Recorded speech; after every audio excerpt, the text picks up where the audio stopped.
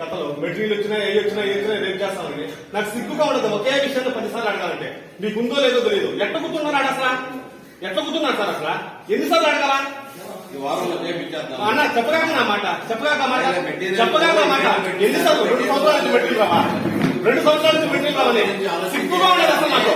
మీకు లేదు ఉండాలో లేదు నాకు తెలుసు. నాకైతే పెద్ద సిగ్గుగా ఉండదు అసలు. ఇంత షేమ్ అసలు. 3 ఎంపీడీ మారారు, మళ్ళా ఆటో విషయం కొత్తగా వచ్చాడు. కొంచెం షేమ్ ఫీల్ అవుతాడు అసలు. మొన్న వర్షం పడి 2 రోజుల కరెంట్ లేకపోతే ఆవిడ కొంచెం వర్షం పడి 2 రోజుల కరెంట్ లేకపోతే ఎక్కడికి మీరు తాగలా? సిగ్గులేదు ఒక మీకు? సిగ్గుండదో చెప్పండి అసలు. సభ్యతగా మాట్లాడితే బాగుంటుంది. సభ్యత ఏ సభ్యత? ఏం సభ్యత ఉండాలా? ఏం సభ్యత ఉండాలా? 10 సార్లు అడగడానికి సభ్యత లేదు నాకు. 10 సార్లు అడిగాను నేను. మీకు తెలియదు ప్రతి మండలం మీటింగ్ మీరు ఆయన చూడరు. మీకు తెలియదు నేను అడిగేది. ఒక్కసారి 1 నెల 2 నెలలు 3 నెలలు 2 సంవత్సరాల సిగ్గుపోతుంది అసలు మీకు. మళ్ళా అన్నమాట సిగ్గుపోతుంది అసలు మీకు. సిగ్గు లేకుండా కూర్చున్నారు అసలు. జీతాలు తీసుకున్నారు సిగ్గు లేదు అసలు మీకు.